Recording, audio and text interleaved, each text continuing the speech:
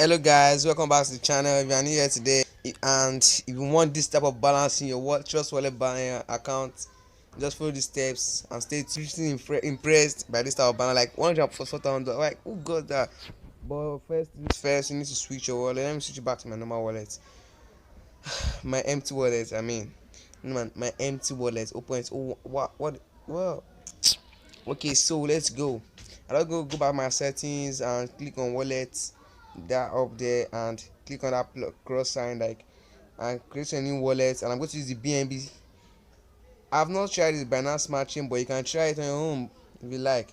I can see different options, but we're going with BNB. Oh, so this happens in all videos. Let's put in the code, and as you can see, I'm just pasting there. I'm going to leave that in the description box below, or you message me on Telegram. As you can see, I'm not going to refresh now. 977 9,000, I mean, sorry, and that is like 17 BNB. This is just a prank, guys. This is a prank. Don't believe all these things. This is not real.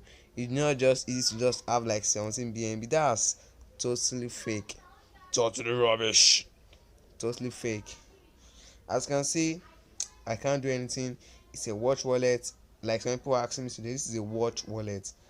Please don't be confused. This is a watch only wallet. Look at, and I can even copy the address. Why did they put this thing there? Like seriously, I can copy the address. I can send only BEP20 BNB. What? Who does this, man? I'll send BNB to.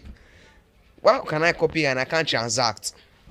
If I can copy and I send BNB to the address, I should be able to transact then. Wow, I can't really do anything, but I can set the amount. Let me see if it's going to affect the person, the owner of the wallet. Look at 5 plus 500 BNB. That is the minimum receivable. Oh shit. So